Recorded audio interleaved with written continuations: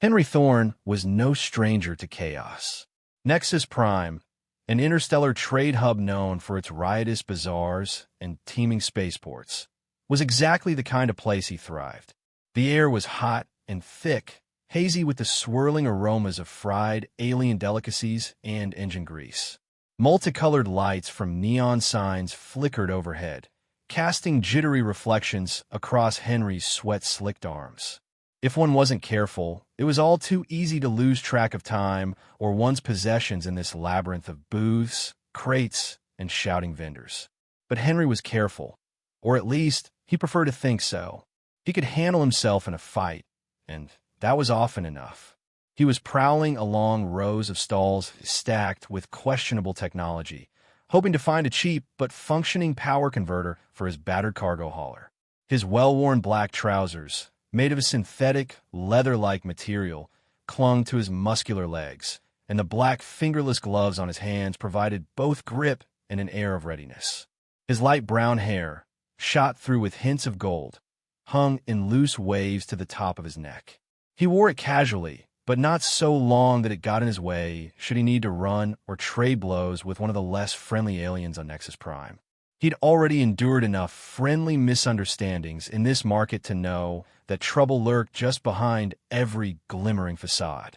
200 credits for a converter that barely holds a spark, Henry demanded, raising his voice to be heard over the roars of conversation echoing through the main thoroughfare.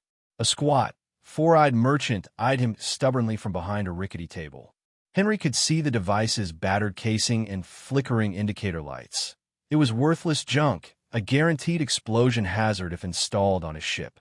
I could get a new one for half that price on the other side of the galaxy, Henry growled. The merchant just shrugged, one set of eyelids blinking out of sync with the other. Then try your luck, human. Maybe you won't get robbed on the way. Henry snorted. He turned on his heel, deciding it wasn't worth continuing the argument. A few credits saved now could cost him his life if the part malfunctioned in open space. Better to keep looking. Yet as he shoved his way past other shoppers, a reptilian with shimmering scales carrying a basket of peculiar fruit, two pale-skinned humanoids bickering in a language that sounded like the clacking of stones. He caught a flicker of movement out of the corner of his eye. A battered hover cart wobbled dangerously at the far end of the aisle. The driver, a tall draconian who looked distinctly unsteady, was swaying left and right, one scaly hand gripping a half-empty bottle. He seemed oblivious to the speed at which the hover cart was barreling through the crowd. Shouts of alarm rang out in multiple alien tongues. People dove aside, scattering crates and merchandise in every direction. Henry tensed, prepared to duck behind a stall. Then he saw it, a small ball of electric blue fur darting across the dusty floor, right into the path of the hover cart. Henry couldn't explain what possessed him at that moment. He never considered himself a hero. Perhaps he just didn't want to watch something so small get flattened. Perhaps it was reflex or curiosity that flared at the sight of such a bizarre, bright-furred creature. All he knew was that he lunged forward, skidding across the dirt, reaching for the blue-furred animal. The hover cart roared past mere inches from Henry's shoulder. He felt the rush of hot air burn across his skin, and for a moment he braced for impact. But it never came. Rolling onto his side, he realized he was clutching a trembling little creature to his chest. It was about the size of a small cat, though the shape was different, with 6 tiny legs and a tail that flicked nervously. A pair of enormous golden eyes stared up at him. Whoa, he breathed, blinking sweat from his own eyes. The creature seemed unnaturally light in his arms. Its fur glistened like neon under the harsh overhead lights.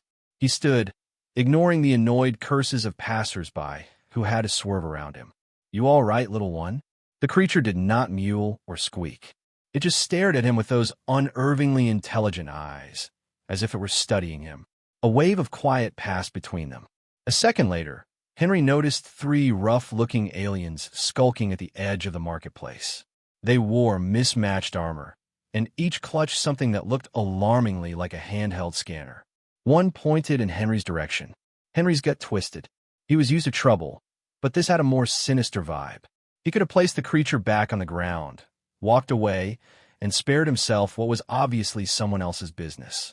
But he could also see the small creature's fur bristle as it noticed the same group of aliens. Its six-legged stance tensed with fear. Henry sighed. He'd always had a soft spot for lost causes. Without further hesitation, he pulled open the little pack at his waist and tucked the creature inside. It burrowed down, trembling. "Let's get out of here," he muttered under his breath. He navigated the chaotic streets of Nexus Prime, feeling the frantic heartbeat of the creature through the pack against his side. The further he walked, the thicker the crowds became. Conversations in dozens of alien dialects jumbled together.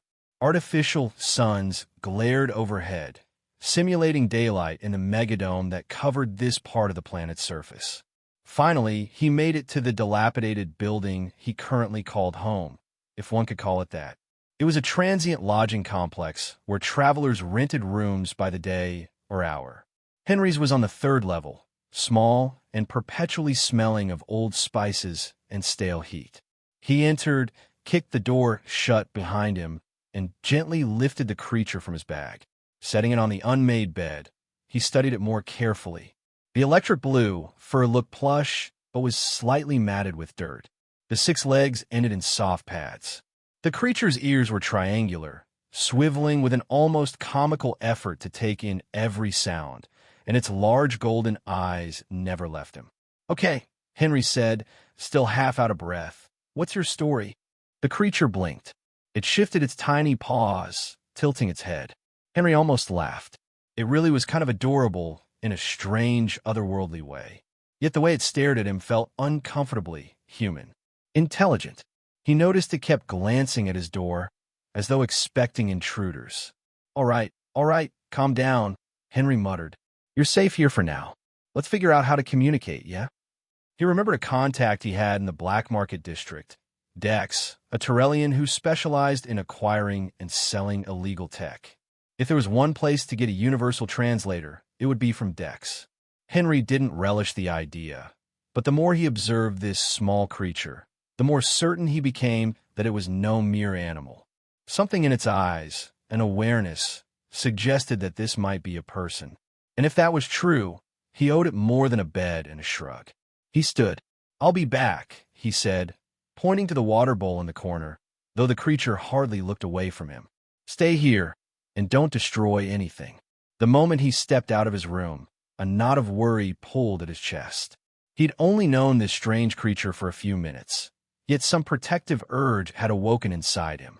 Shaking off the feeling, he hurried through the winding corridors of the lodging block, then back into the chaotic streets of the marketplace. He made his way to Dex's stall, half hidden behind a swirling neon sign that advertised unidentifiable drinks. The Tyrellian had bright, quivering antennae and compound eyes that darted back and forth as Henry approached. "Henry Thorne," Dex greeted, voice buzzing. "What do you need this time?" Henry resisted the urge to roll his eyes. He hated dealing with Dex. He hated dealing with anyone in the black market, truth be told, but he needed that translator. "I'm looking for something that can handle universal languages, even obscure ones, and I don't want it traced." Dex's antennae twitched. "Expensive, heavily regulated. Why do you want it?" "Let's just say I found a pet that might not be a pet." Dex let out a clicking sound. "A pet, right? You know this type of device doesn't come cheap." Henry sighed. Yeah, cut the chatter." "How much?" 500 credits, Dex said with glee in his voice. "And that's just the base model. The real top-of-the-line translator modules might run you double." 500, Henry repeated, already feeling his credit balance wince. That was a small fortune for him, but the memory of that creature's trembling form flashed through his mind, along with the sense of human-like intelligence in those huge golden eyes. "Fine," he growled, "but you never saw me." Dex grinned, took Henry's chip, and handed over a small device about the size of a wristband. "Attach it near the throat. Might feel a bit odd at first, but it'll do the job." Henry sprinted back to his quarters, half expecting to find them ransacked or empty. But when he pushed open the door, the creature was exactly where he'd left it, sitting tensely on the bed. Its ears perked up at his return, eyes flicking from Henry to the device in his hand. Carefully, Henry approached, holding the translator module out. Okay, little one, let's see if you actually understand me. He placed it gently around what he assumed was the creature's neck. With trembling paws, the creature allowed it. Henry pressed a switch on the side, and a soft hum filled the air. At first, nothing. Then, a voice, distinctly feminine, spoke through a tiny speaker on the device. Thank you. You have no idea how long I've waited for help. Henry nearly dropped the translator in surprise. Holy did you? Just speak. The creature blinked again. Then it nodded, an unmistakably human gesture. The voice, though mechanical in tone, carried a warmth and relief that made Henry's chest tighten. Yes, came the response. And I'm grateful for your intervention. My name is Lou. Lou, Henry repeated slowly. He cleared his throat, trying to process the shock. Okay, so you're not just some random blue cat. A slight pause. No, I'm an Alaran. In my true form, I look more like you. Well, closer to you than to this Ferex creature you see now. Henry sank down into the single chair in the room, running a hand over his sweaty face. How was that even possible? Lou hesitated, then explained. She had been captured by Drexel Vaughn, a notorious figure who trafficked in illicit genetic technology. Vaughn had forced her into a device that transformed humanoids into a harmless pet-like species. It was a way to keep them under control, a way to ensure they couldn't speak or fight back. She had managed to escape, but his people were searching for her everywhere. That group in the market had recognized her energy signature, or perhaps tracked her through a hidden implant, and they were closing in. As Lou shared this, her telepathic eyes never left Henry's face. He watched the creature's small body tremble when she spoke of her captivity, of the pain, the humiliation. But what struck him hardest was her determination. Even in this tiny form, she radiated a quiet, fierce will. So, you need to get back to your original body, Henry said, studying her carefully. Can that process be reversed? Yes, Lou answered, but only through the same technology that did this to me, or at least a similar device. Vaughn keeps his main equipment locked away in his private laboratory. It's heavily guarded, and he's not exactly open to the idea of reversing his transformations for free. Henry let out a low whistle. C'est impossible. A quiet moment passed, broken only by the hum of a flickering overhead light. Then Lou's mechanical voice replied softly, I don't expect you to help me out of altruism alone, Henry Thorne. I still have access to certain accounts hidden from Vaughn. I can pay. But more than that, I need someone willing to take a risk. Henry stared at the creature perched on the edge of his rumpled blanket. Part of him wanted to say no. He had enough trouble on his hands, and Vaughn sounded like a man you didn't cross lightly. Yet another part of him, the part that had impulsively dived across a busy street to save her, felt that it would be wrong to abandon her now. The notion of an entire black market operation that turned sentient beings into docile pets turned his stomach. He couldn't walk away from that. Could he? He exhaled a long breath. I must be out of my mind. Lou's golden eyes flickered with something like hope. That means yes. It means, yeah, Henry said, scrubbing a hand over his light stubble. I'll help you, but we're going to need a plan. And probably a miracle. Lou might have smiled, for Ferrick's face allowed it. Thank you. Truly. Henry nodded, feeling an odd warmth in his chest. Let's start figuring out how to get you back to your body. Then we can talk about how to make Vaughn pay. They spent the remainder of that day talking about Vaughn, his operation, his fortress-like estate, his private showings of specimens for wealthy collectors. The more Henry learned, the more it infuriated him. Vaughn apparently paraded around various sentient beings that he'd transformed, selling them to twisted collectors across the galaxy. People who wanted living art or trophy pets. Henry's blood simmered. He hadn't considered himself a crusader for justice, but this was beyond depraved. Lou explained that Vaughn occasionally hosted exclusive parties where potential buyers could view newly transformed items up close. If Henry could somehow pass as a wealthy collector, he might gain entrance to Vaughn's estate. The scanner systems would detect Lou's transformation signature, so she couldn't go with him, at least not openly. Henry's presence alone might be enough, especially if he showed off a suitably flamboyant, moneyed persona. How do we do that? Henry asked, leaning back on the bed, which sagged under his weight. Lou hopped forward on her 6 little legs. You'll need a new identity, a believable backstory. I have some credits stashed in accounts Vaughn can't touch. We'll use those to buy you proper clothing, forged documents, invitations. He's hosting a private showing soon. If we can get your name on that guest list, you'll be close enough to see the transformation device, maybe even get control of it. Henry chewed the inside of his cheek. That's going to be risky. Vaughn's no fool. If he suspects me, he has powerful guards and his own private security. But we won't be entirely without advantages, Lou continued. Allerans have certain telepathic abilities. If we forge a connection, I might be able to guide you remotely. I can share your senses, see what you see. Henry arched a brow. Telepathy? Of course. Why not? Today's already been the weirdest day of my life. Lou seemed almost apologetic. It requires trust, Henry, a kind of intimacy.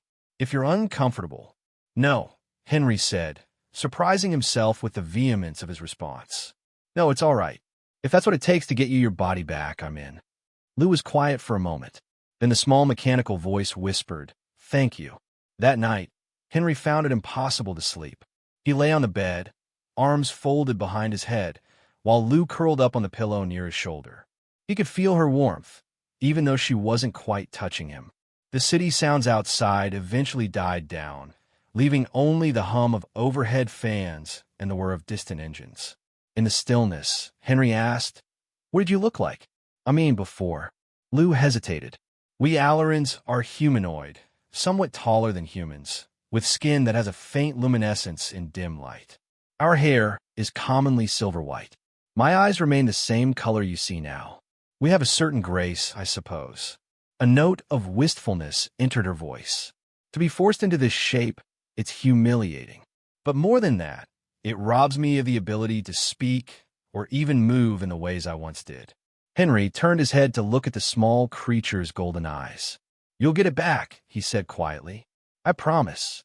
In the days that followed, Henry immersed himself in an unexpected whirlwind of preparation. He used Lou's credits to buy new clothes, sleek jackets in shimmering, expensive fabrics, boots that looked designed for style over function, and a black metal ring that displayed a small embedded hologram of an ornate crest. He studied the data Lou had, memorizing names of other collectors, understanding who might attend Vaughn's event. They hired a forger to place Lord Henry Thorne of Proxima Centauri on the exclusive guest list for Vaughn's upcoming gathering. Meanwhile, Lou coached him on how the galaxy's wealthy elite behaved. Arrogant, dismissive, always expecting the best treatment. Henry took to the act with surprising ease, discovering a certain enjoyment in strutting around as an aristocrat. The telepathic connection was trickier. Lou insisted they needed a literal physical bond, an exchange of breath to deepen the link. Under normal circumstances, if she were in her true form, it would involve the gentle pressing of foreheads, a ritual that connected their minds. But as a small Ferex, she had to improvise. They ended up lying on the bed, Henry's eyes closed, Lou's fur brushing against his temple, while both tried to match their breathing. At first, Henry felt nothing but awkward. Then, slowly, a sense of warmth spread through his head, like stepping into a hot bath. He caught glimmers of Lou's presence in his mind. Fear, hope, gratitude, faint echoes of memories. In turn, she perceived his swirling mixture of resolve and anxiety. The more they practiced, the more the connection solidified until, by the end of the 3rd day, Lou could see through Henry's eyes for brief moments, or sense his emotions, even if he was across the room. The bond left Henry both excited and uneasy. It was an unparalleled intimacy to let someone roam through the edges of your psyche, catching glimpses of your raw thoughts. Yet there was a comfort in it, too. He felt less alone, more certain that they were in this together. Lou seemed gentler in his mind than her mechanical voice suggested, a proud soul tempered by suffering, longing for the moment she would stand on her own 2 feet again. Finally, the invitation arrived. It glowed with holographic script, formal and elaborate. Vaughn's private exhibition of rare transformations. By invitation only. Henry read it, adjusting the collar of his newest midnight blue jacket. Lou perched on the desk, bright eyes alert. "This is it," Henry murmured. "Tomorrow night." Lou's fur bristled with anticipation. "Remember, Vaughn has advanced scanners. He'll detect me if I'm anywhere near them in this form. I'll stay in the rented quarters, linked telepathically to you. Once you're inside, I'll guide you as best I can."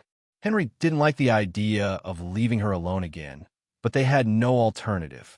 The scanners would flag her instantly, and they'd never make it past the lobby. "All right," he agreed. "Just don't tear the place apart while I'm gone." Lou let out a sound that might have been a soft huff of amusement. "I'll do my best." The next evening arrived all too soon. Dusk on Nexus Prime was more a shift in the artificial lighting than a natural sunset, but the city still took on a subdued glow. Henry climbed into a sleek hover car he'd rented for the occasion. He wore a pair of tailored trousers in a dark, shimmering fabric, polished boots, and a fitted jacket adorned with subtle silver threads. His hair was slicked back, a style he found uncomfortably formal, but it matched the persona he was about to enact. The ring on his finger bore the fake crest of House Thorn, which the forger had whipped up. "Ready," Lou's telepathic voice murmured in his head. "As I'll ever be," he replied silently. His heart hammered in his chest, a mixture of adrenaline and nerves. If Vaughn discovered his ruse, there would be no easy escape. The estate glimmered at the edge of the city, a network of angled towers and reflective surfaces that caught the neon glow of Nexus Prime's skyline. Armed guards roamed the gates. Henry approached, presenting the invitation with an air of bored superiority. The draconian guard bowed, scanning hologram. After verifying it, he waved Henry through to the main building. The facade soared overhead, dazzlingly lit by spotlights that made Henry squint. Inside, the lavish lobby was decorated with exotic plants that swayed in a manufactured breeze, their leaves shimmering with refracted light. Other guests meandered about, clutching sparkling glasses of alien liquor. Henry noted the array of species, some humanoid, others with more bizarre physiology, and all draped in finery that screamed wealth. He recognized no one, but he feigned a casual nod or two, playing the part of a collector who had seen it all. "Scanners up ahead," Lou's mental voice warned. "Stay calm." Henry forced a languid smile as he stepped toward the arc of swirling energy. The guard manning the scanner was stern-faced, but the forged credentials must have worked because he waved Henry through. Henry held his breath for a second as the energy rippled across his body, but detected no trace of the Ferex transformation because Lou was miles away. He passed safely. All clear, Henry thought. He sensed Lou's slight exhale of relief in the back of his mind. He was ushered into the main atrium, where about 20 guests mingled under a crystal chandelier that pulsed with shifting lights. Hover trays drifted among them, bearing brightly colored beverages. Henry picked up a glass of something electric blue to blend in and drifted around the edges of the room. Vaughn himself was easy to spot. Tall, slender, with an unsettlingly iridescent sheen to his skin and unnaturally elongated fingers. He stood in the center of a small crowd, regaling them with a story. When he laughed, it was a musical, artificial sound that sent a shiver up Henry's spine. Henry felt Lou's sudden surge of fear ripple through their connection. "I can see him through your eyes," she whispered mentally. I wasn't prepared for how seeing him again would make me feel. Deep breaths. Henry thought back, swirling the drink in his hand. We're going to take him down one way or another. He caught a glimpse of a distinguished older man in a silver suit, standing apart from the crowd. The man looked human. He glanced at Henry with sharp, assessing eyes, then offered a subtle nod. Henry approached. "You must be Lord Thorn," the man said with a polite smile, offering a handshake. "I'm Elliot Kane, a collector of sorts, though I suspect my interests differ from many here." Henry matched the handshake, adopting a carefully aloof expression. "Pleasure. First time attending one of Vaughn's gatherings. I heard his transformations are quite unique." Kane studied him. "They are. Some might say unethical, but we all have our own lines, don't we?" Henry shrugged, playing the part. "Ethics can be flexible if the result is exquisite enough." A flicker of something crossed Kane's face. Disapproval, perhaps? Or curiosity? He inclined his head. Indeed. Well, enjoy the exhibit. Vaughn should be making his main presentation soon. Henry drifted away. He could feel Lou's suspicion in his head. Elliot Kane is cunning. Be careful. I sense some hidden motive there. When Vaughn finally swept to the center of the atrium, the room fell silent. His iridescent skin glowed subtly under the lights, making him appear eerily inhuman. Ladies and gentlemen, he announced, his voice cultured and melodious. It pleases me to welcome you all tonight. You have come to view my latest collection of transformations, each of which represents the pinnacle of modern genetic manipulation. If you'll follow me to the exhibition hall, we'll begin.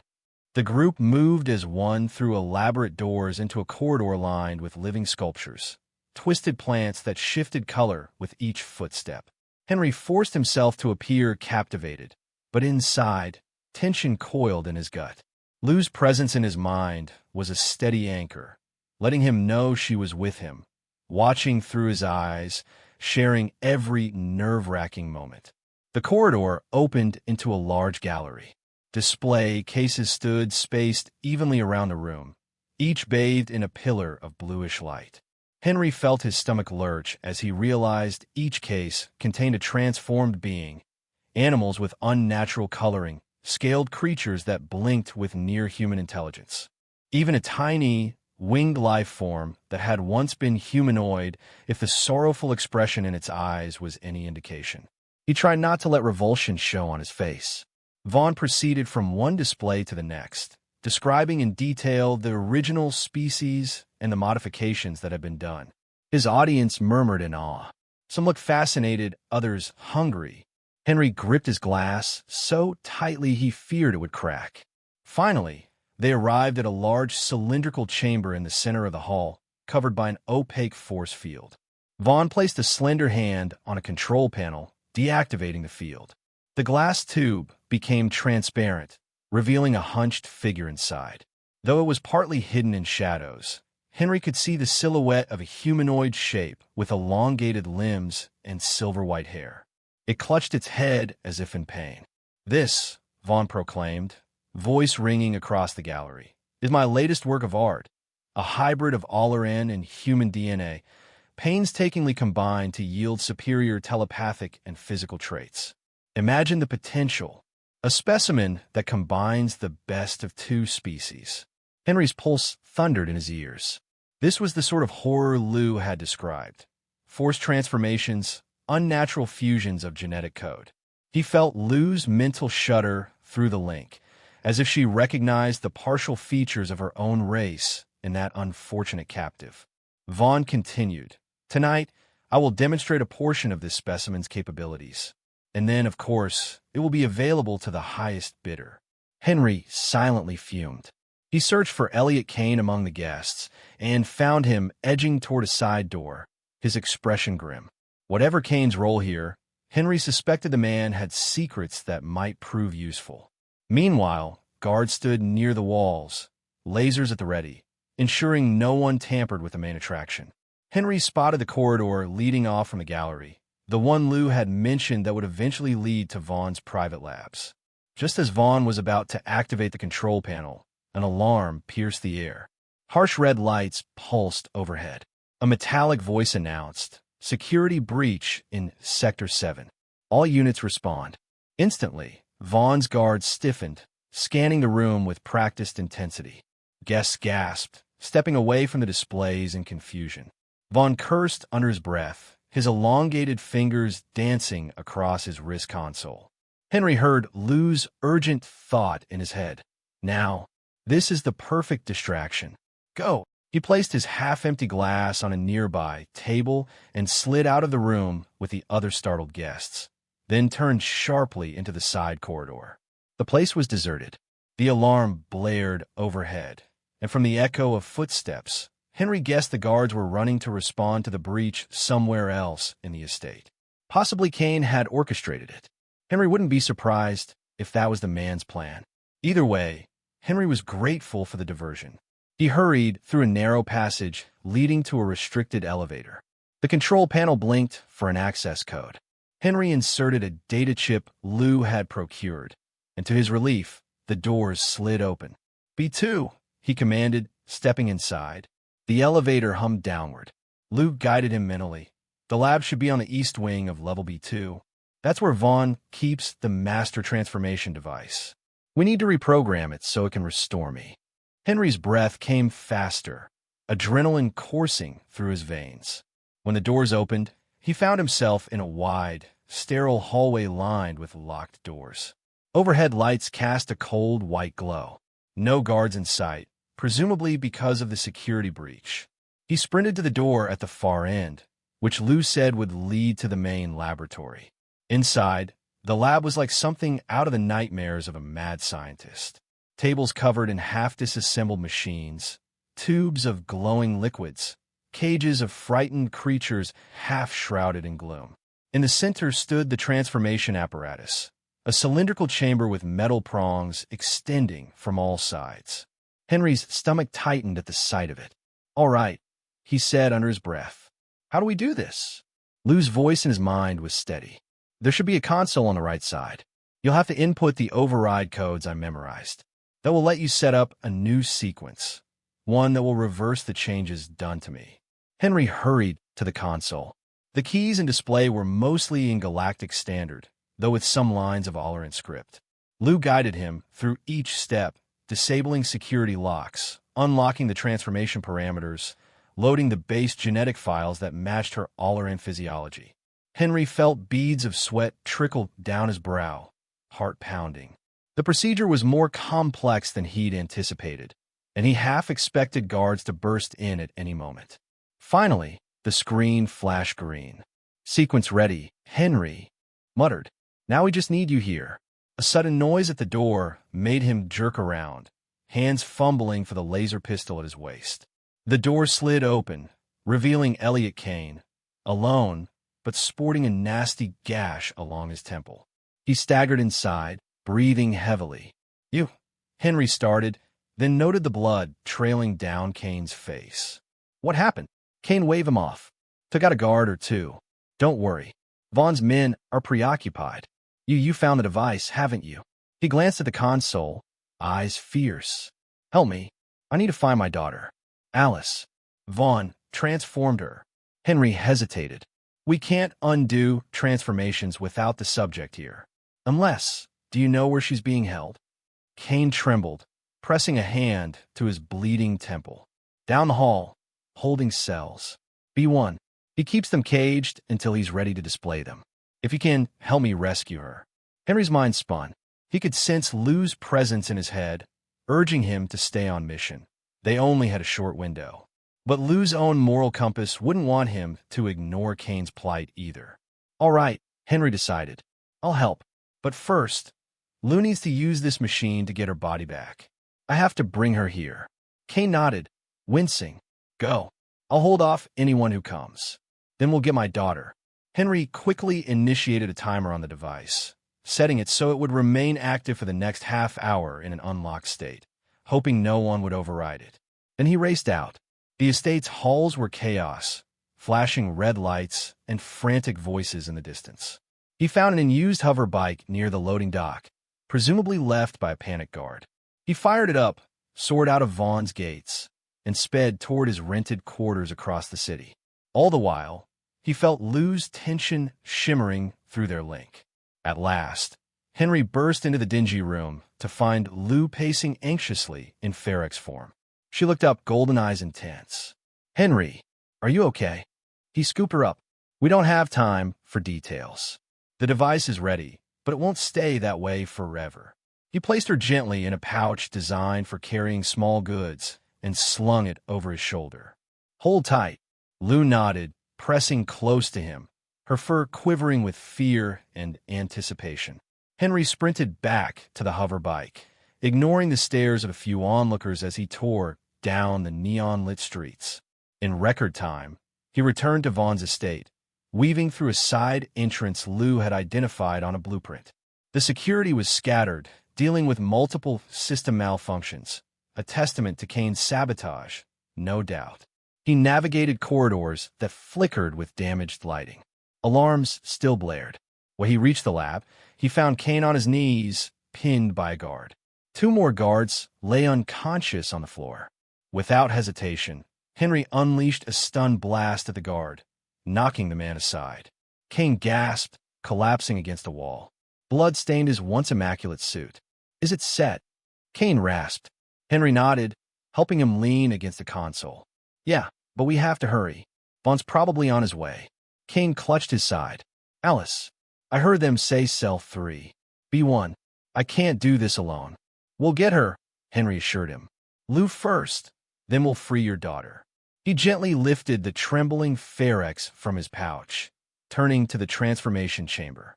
He pressed a few keys to finalize the sequence. "Ready?" "Yes," Lou managed, voice quivering through the translator. "I've dreamed of this moment." "Let's do it." Henry placed her inside the chamber. The panel recognized her coded presence. He stepped back, pressing the activation switch. Lights whirled around the chamber, building in intensity. Lou let out a trembling breath. Through their link, Henry felt her fear and hope entangled. Then the swirling glow became nearly blinding. The hum rose to a crescendo that rattled the glass. Abruptly, the link went silent, as if snuffed out. Henry's heart lurched. He could only watch, helpless, as the glow enveloped Lou's small form. It lasted an excruciating minute, then the hum slowly died. The lights faded. The glass walls cleared, and inside stood a tall, lithe woman, draped in a short, tattered cloth that had formed from the apparatus's emergency modesty measure. She had pale, luminescent skin that seemed to shimmer with faint silver undertones. Long, silver-white hair cascaded over her shoulders, and when she lifted her gaze, Henry recognized those striking golden eyes. Her entire body trembled. Henry rushed forward, opening the chamber. Lou tried to step out, but staggered and used to her restored limbs. He caught her, arms sliding around her waist. She leaned into him, breathing heavily. His heart thundered at how regal she looked, even in this vulnerable moment. "Henry," she whispered, voice no longer mechanical. It was soft and melodic, sending a jolt of warmth through him. Your eyes." He couldn't speak for a moment, too entranced by the reality of her. His mind reeled with the memory of the small Ferex she'd been, and now here she was, a tall, all-in woman with an otherworldly grace. "You," he finally managed. "Are you all right?" She nodded shakily, pressing a hand to her chest. "A little dizzy, but yes. I can't believe. Thank you."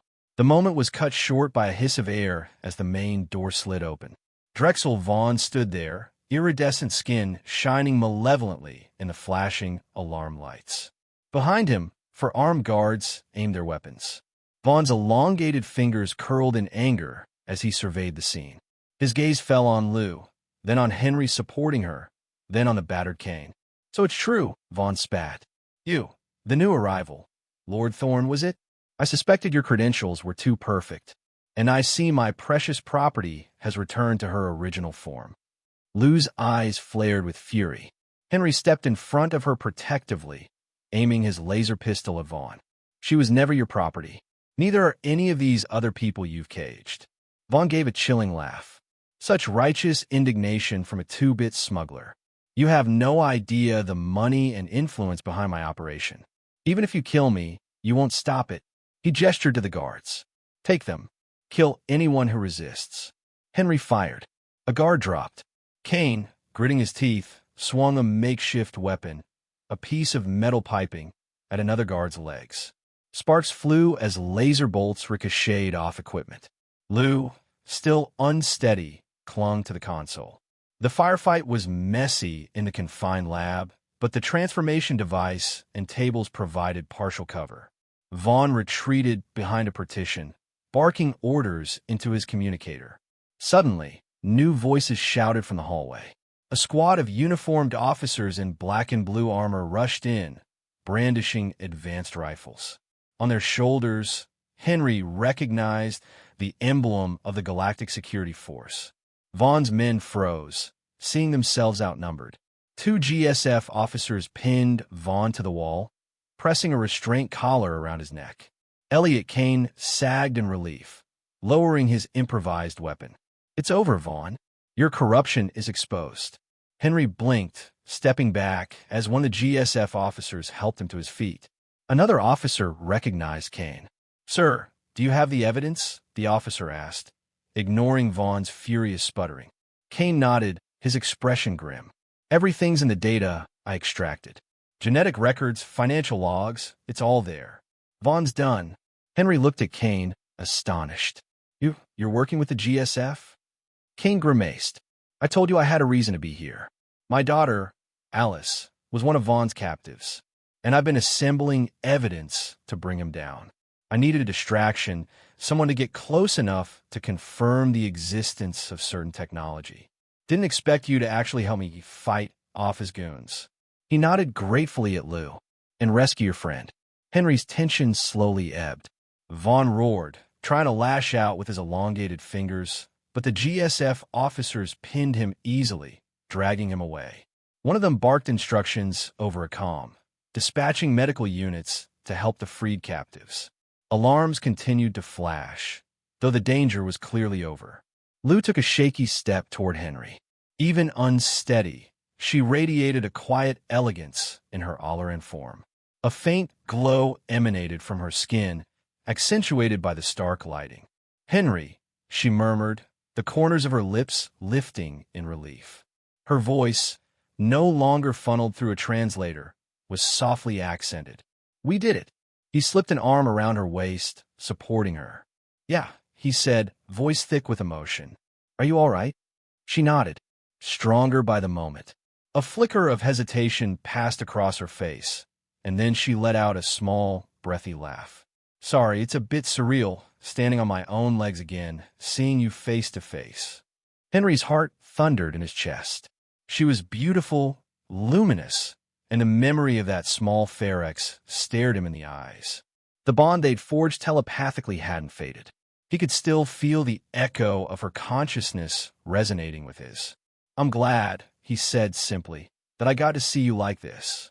They exchanged a glance that simmered with unspoken possibilities. Then Kane cleared his throat, gesturing to the door. "We need to find Alice. She's on B1.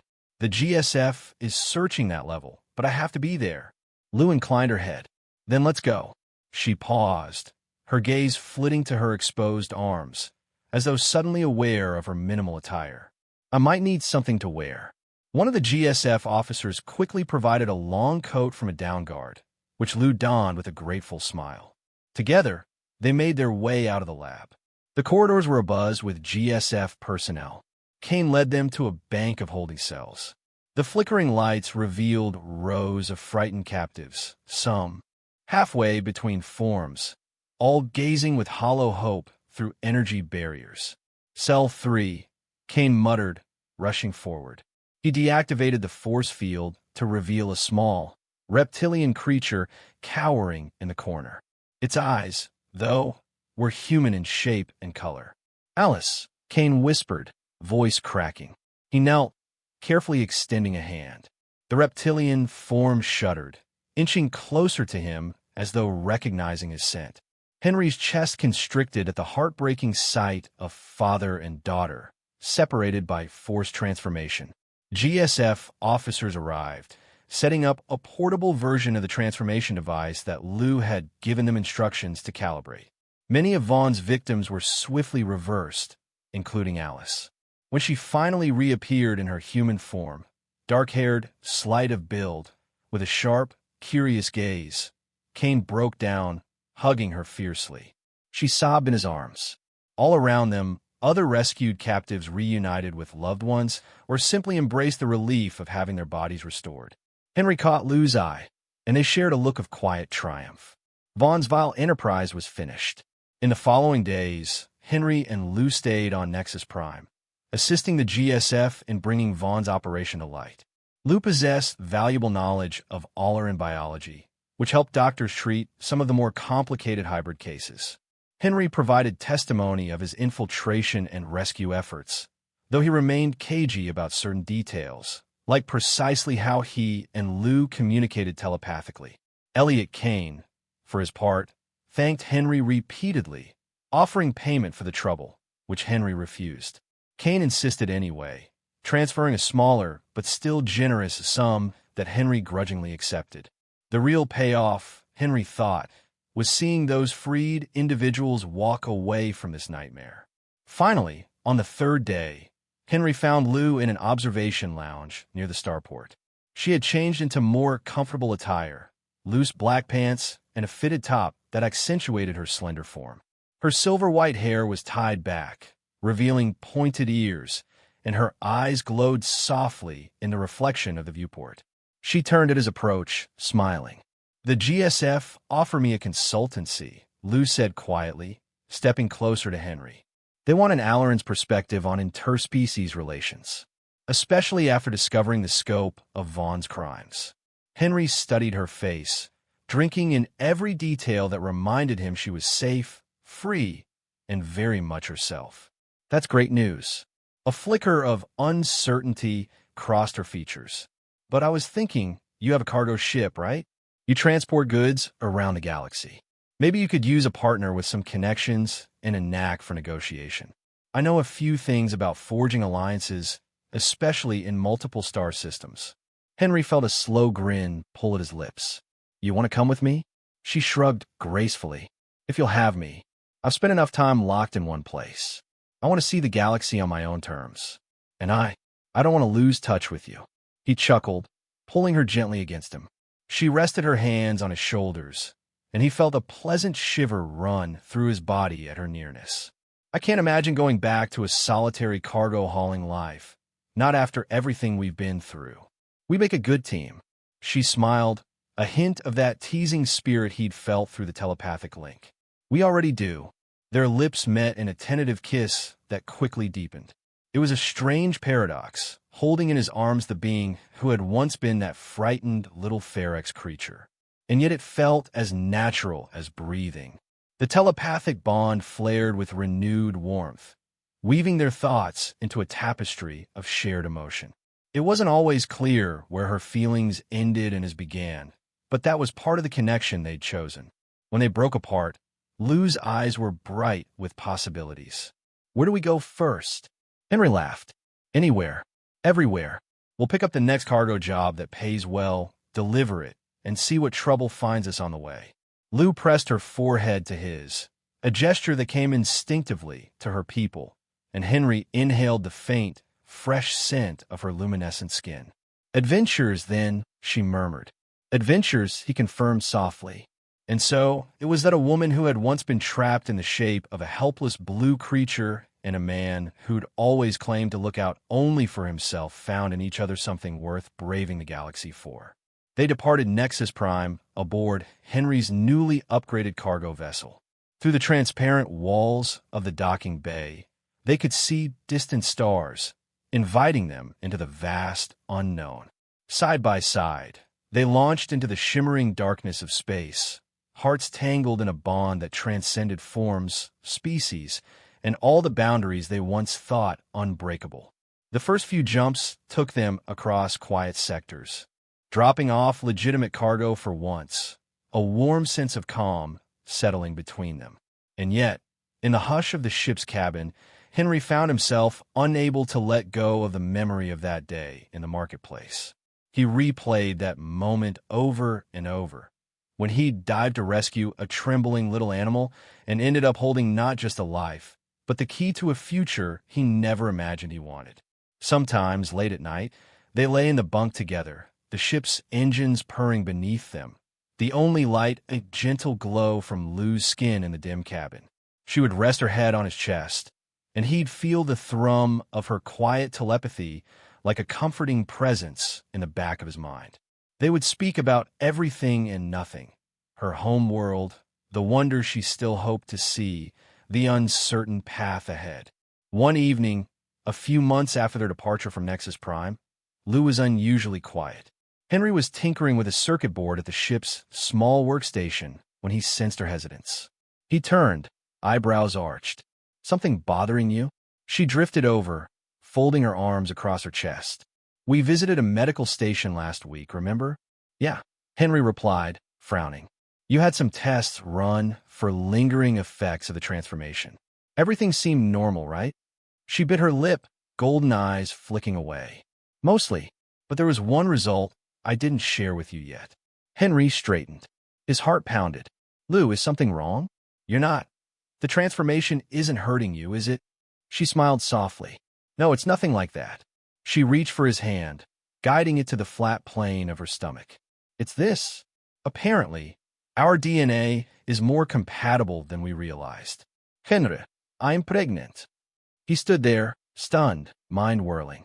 A child, half human, half Olaran.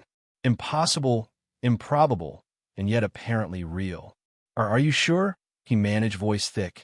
Lou nodded, eyes brimming with a mixture of hope and nervousness. The station scans were quite thorough. They said it's rare, but not impossible. And it's only a few weeks along, so we'll have to be cautious. Henry's breath caught. A surge of protective love and 100 questions flooded his mind. He enveloped Lou in a tight embrace, pressing his forehead to hers. That's incredible. He almost laughed, partly in amazement, partly in mild panic. We're going to have a baby, a half-Falaran baby.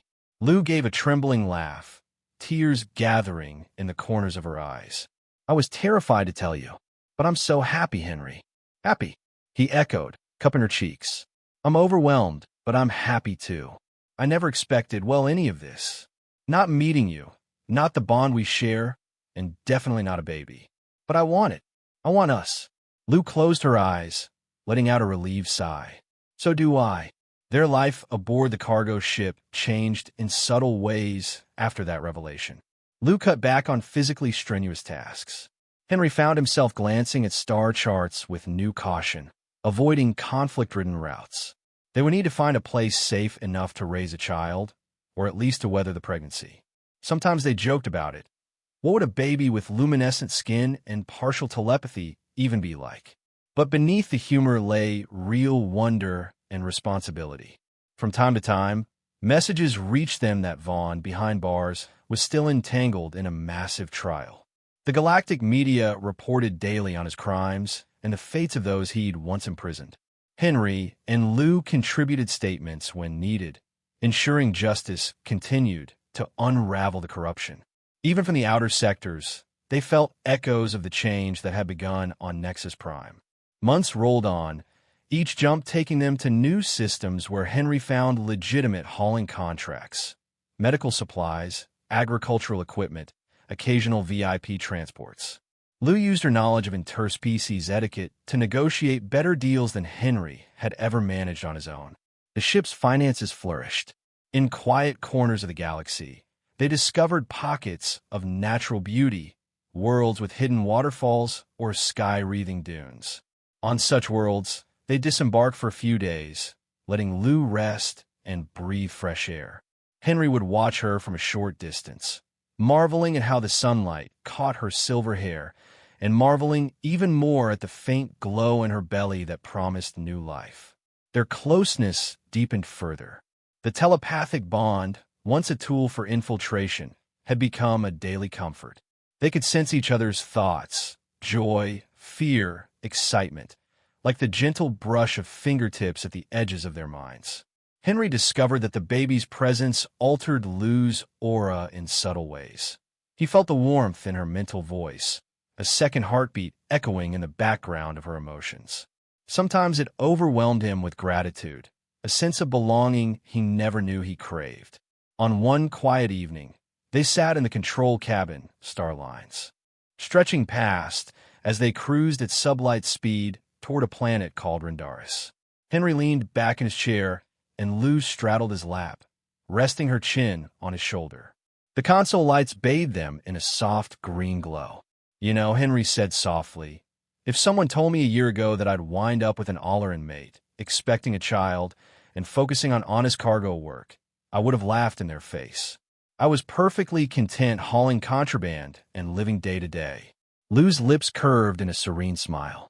I'm glad you rescued me, Henry. It changed both our lives. He recalled that moment in the marketplace when he spotted the little blue fur ball in the path of a reckless hovercart. He remembered the snap decision to dive forward, to save a small creature from imminent harm. The memory still filled him with a strange sense of wonder. That single, impulsive act had led to everything else. The downfall of a criminal empire, the restoration of countless victims, his own improbable happiness. Yeah, he murmured, pressing his cheek against her silver hair. If I'd walked away that day, or if the cart had swerved just a second later, everything might be different. I suppose life is built on moments like that. Lou's eyes met his, shining with affection.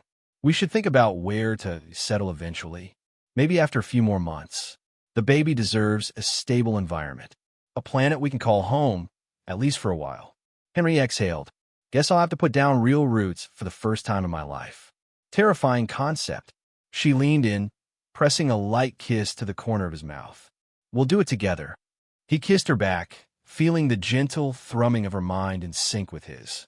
Even with the uncertain future, the hush of space around them felt comforting, like a promise that they had time to figure things out. No matter how many star systems they crossed, they were no longer alone. He closed his eyes, letting the hum of the engines lull him.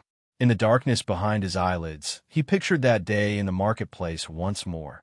The blinding afternoon heat, the swirl of alien bodies, the clang of metal, and the sight of a small, terrified Ferex about to be crushed. Had he known, then, that she was an Alleran princess, or at least a proud Alleran woman trapped in an animal's form? Had he known the laughter, the tears, the closeness, and the child that would result from that chance encounter? Probably not. But it didn't matter now. All that mattered was that he chose to act. And that choice led them here, in a cargo ship drifting among the stars, bound by love and a shared sense of destiny that reached beyond any singular planet.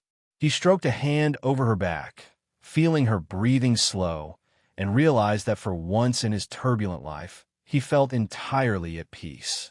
The galaxy still held its dangers, and they would face them as they came. But they had each other. They had a future. And they had a story that began the day he rescued a cute little animal, only to discover she was a beautiful, transformed alien girl. Their story was far from over. In fact, it was only just beginning.